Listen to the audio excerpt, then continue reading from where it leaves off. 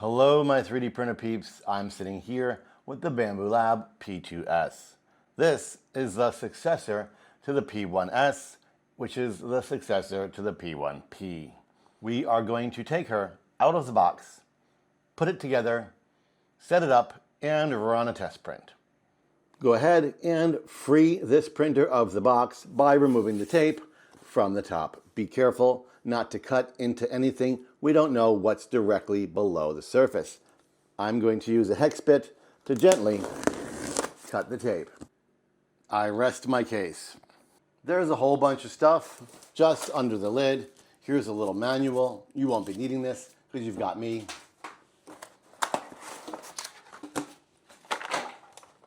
Somebody needs to remind Bambu what a toolbox looks like.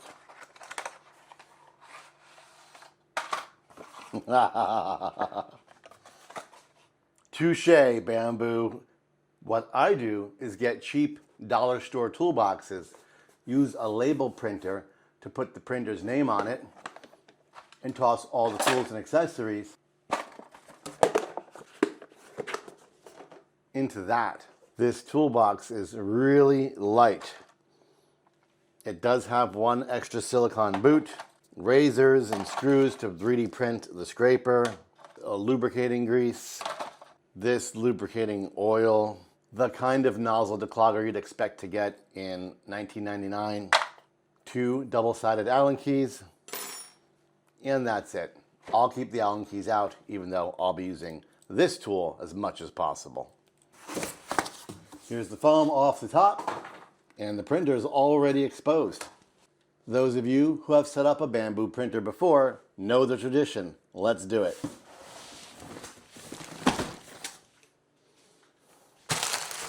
Put the box on the floor, grab the bag on both sides, put your legs into it, and drop it onto your table. Packaging inside is really nice. You got some foam, got some cardboard. You saw some bubbles there.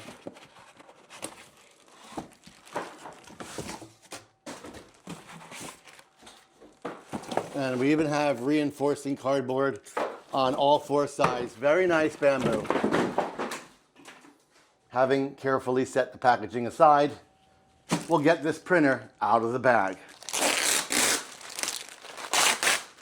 Remove the tape from the top of the bag, not the bottom, the top. It's a slightly odd choice by Bambu.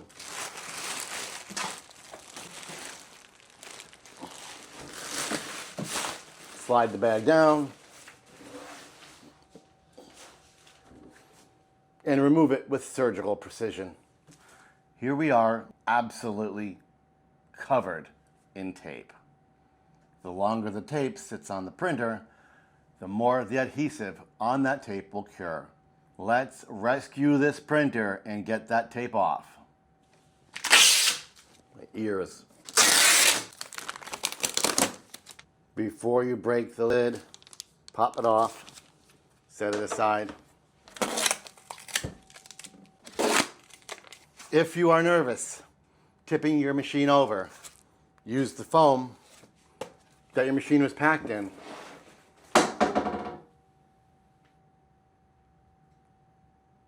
To protect it from accidentally falling on the table. Let's go ahead and get the plastic off the door. There is a lip inside. You want to peel that lip and then carefully pull it through the front side and the plastic will come off. One of the coolest things of the H2D has made its way to the P2S, and that is handles. The P2S has handles. Make good use of them when handling your P2S. Free your lid from the glass. You'll notice 2 screws holding the lid's handle on. There's also a notch inside this machine.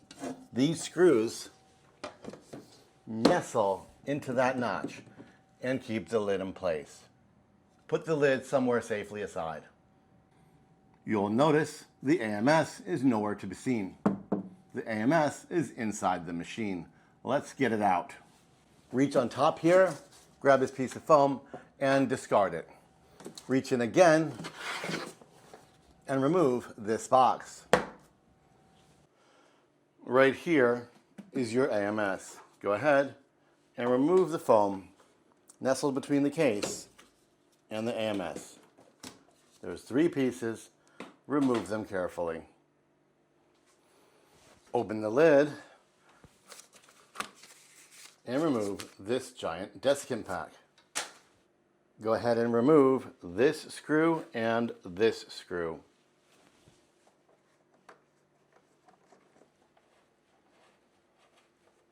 Right here in the front is one more piece of foam. It's somewhat challenging to wiggle it out, but if you can, go ahead and do that. Now your AMS2 Pro should be free. Grab it firmly and lift it out. That will reveal 3 additional screws. This one, and this one. Go ahead and get those out. With all 3 screws removed, gently lift this bracket out. Be super careful. You don't want to scratch your brand new print bed with this thing right off the bat. With those screws out, you can now remove this foam,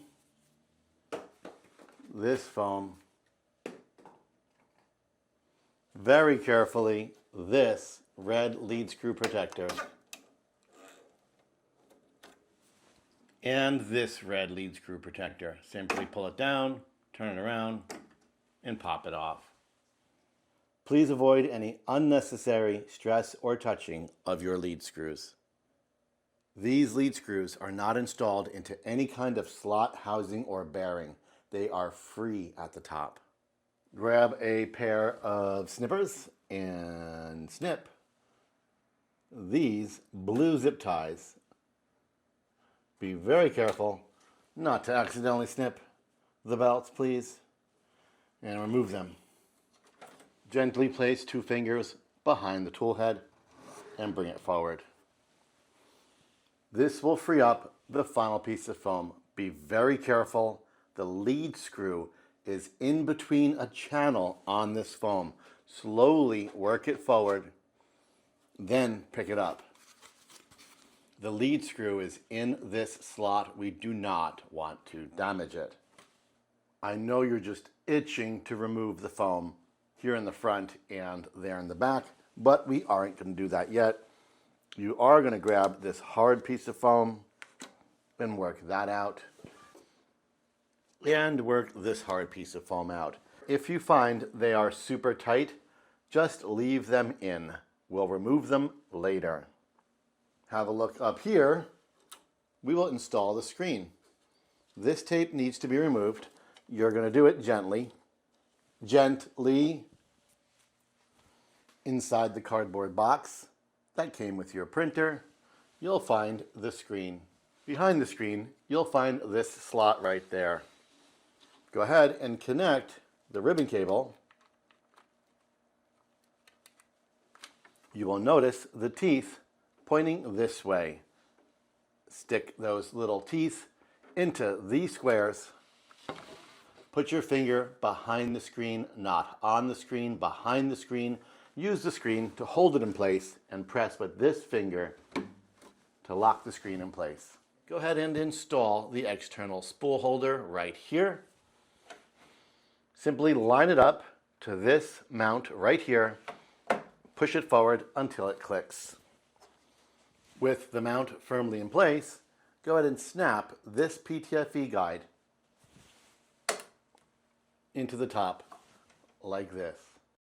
I strongly recommend supporting the mount when placing this guide into the slot.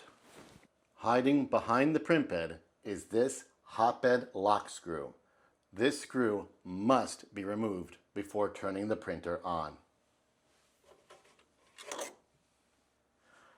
Many of you will be installing your AMS units to the side of your printer. I too will be doing this. For this tutorial, we will place it on the top.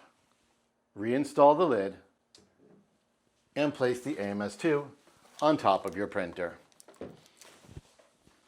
Remove all the plastic from your AMS. Reach inside the AMS and gently remove the foam. And remove this sticker. Remove both packets of desiccant. Remove them from their plastic packaging, not their actual baggie. Fold the baggies up and return them to their slot.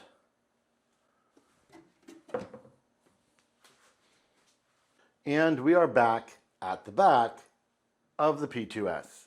In your box, there are 3 PTFE tubes. Take the shortest one. We will start with the external spool. Insert one end to the guide coupler and the other end to the bottom coupler on your P2S buffer. Look how awesome the new release mechanism is. Take the longest piece of PTFE, insert it into the top slot of the coupler, and insert it into the CFS. Be sure the tube is all the way in and firmly locked into place.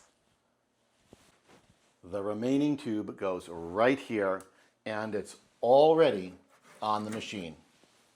Take this tube and push it into the coupler. We will now connect the 6-pin cable from the AMS2 to the P2S. Choose either port on the AMS2 and connect the 6-pin. Choose either port on the buffer and connect the 6-pin. Your setup should look like this. Remember the foam inside the printer under the print bed? It's now time to get it off. It's also time to turn your fancy new printer on. Do that now. Go ahead and press your language, press next, press your region, press next, set up your Wi-Fi, press OK, scan that QR code with the Bambu Handy app. In the app, touch on Devices, touch on Plus. Place the phone over the QR code. Check the box and check Confirm to Bind. Give your printer a name. I will name this printer Happy Feet. Press Confirm and your Bambu account will be connected to your new printer. Go ahead and press Next. I will press Agree. I will press Skip. Press Next. Your printer will now begin a lengthy calibration process.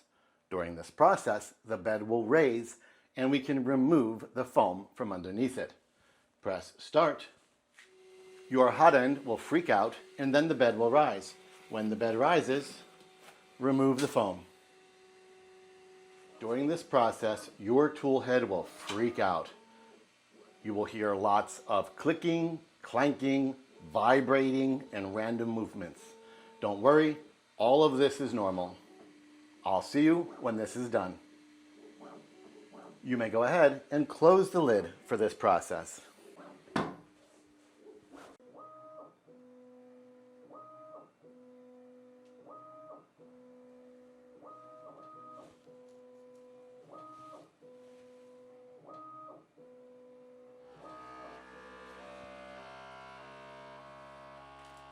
When the calibration is done, touch Get Started. Your printer is ready for use. Or is it? Before starting a print, touch on the Settings button, touch on the firmware, the printer, the AMS2 Pro, and the filament buffer all need firmware updates. That's right, the filament buffer now has firmware. Go ahead and press Update. Go ahead and press Update again. When this update is finished, I recommend running an entire calibration. With all the firmware updates completed, press OK. The printer does not prompt you to do a calibration. However, please do a calibration. Press Settings, press Calibration, press Print Calibration, leave everything at default, and press Start.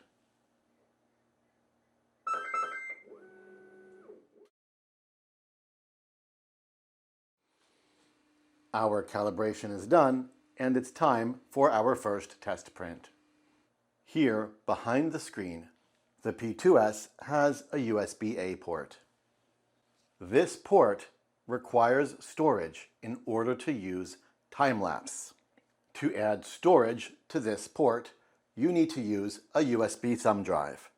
Can you see the problem with that? Here is an average size USB thumb drive. Imagine what would happen with the slightest accidental pull of your AMS system. That's right, complete and total destruction of the USB port on your P1S. I suggest avoiding using a typically shaped USB thumb drive and going with the smallest drive you can find, such as this tiny SanDisk USB drive. Pop this little guy in the slot. The likelihood of damage is considerably less. With this USB drive installed, you are now able to create time-lapse with your P2S and then download them from the app or directly from the thumb drive. With the USB thumb drive installed, confirm that the machine is happy with it. If you see an exclamation point right here, touching that, you'll notice the message says the USB drive is not formatted or cannot be written. Move over to the settings and look right here for USB storage. You will notice it says format required. Touch on that and touch format external storage. Touch format again. Format successful. Press OK. You have a storage notification showing how much space is used and how much is available. Unlock the AMS by turning these two notches and lifting the lid. You may use third-party filament. I'm going to use Bambu PLA Basic Matte Blue. Place the spool in any slot of the AMS. You may snip the end off the filament. You may do it straight. The angle thing is an urban legend. And simply press it into the feeder funnel. The AMS will grab it and start doing its thing. Close the lid and lock the AMS cover. Your AMS is reading the RFID on the filament spool. Touch the filament icon. You will see slot A1 is showing blue filament. If you touch the I symbol, touch Edit, you will see it's Bambu Lab PLA Matte Blue. I will return to home. I will press Print Files, and you will have a buffet of test prints. These prints take anywhere from 20-ish minutes to many hours. While I am not a fan of the Benchy or pre-sliced test files at all, the Benchy is the shortest print time on this machine. Touch the Benchy, press OK on the pop-up, which is informing you that the calibrations are set in auto mode. The machine will decide whether to run them or not. If you would like control over bed leveling and flow calibration, touch on Advanced Options, where you may turn it on, off, or leave it in automatic. I will leave mine in automatic. With a USB thumb drive installed and properly formatted, you may turn on time-lapse by touching the slider right there. Green means on. Go ahead and touch Next. On this screen, you'll see a thumbnail of the model and the opportunity to confirm and or change the filament spool you are printing with. I only have one listed. It shows as slot A1 blue PLA, which is correct. I will touch print. Your test Benchy is underway. Despite not having heating, the P2S does have chamber temperature regulation. You can go ahead and print your PLA with the lid on and the door closed. Here we are in Bambu Studio. To add your new P2S to Bambu Studio, go to the Prepare tab. Look for Printer and touch the pull-down menu. Scroll all the way down to this bar right here. Select Remove Printers. Click on that, and on the next pop-up, look for P2S. Check the box. Press Confirm. You will not need to check specific profiles for each nozzle size you own. Those nozzle diameters will automatically all be loaded as an option, whether you have them or not. Here in the Device tab, you should see your P2S in the printer list. Mine is named Happy Feet. You'll see my blue filament spool, a rough guess of how much filament is left, and if I press the play button, I can see the print bed. While at the device screen, to retrieve your time-lapse, click into Storage, Time-lapse, choose the time-lapse you wish to download, and select Download. Once it's completed, you may delete it, play it, or open the folder on your computer where the video file is downloaded.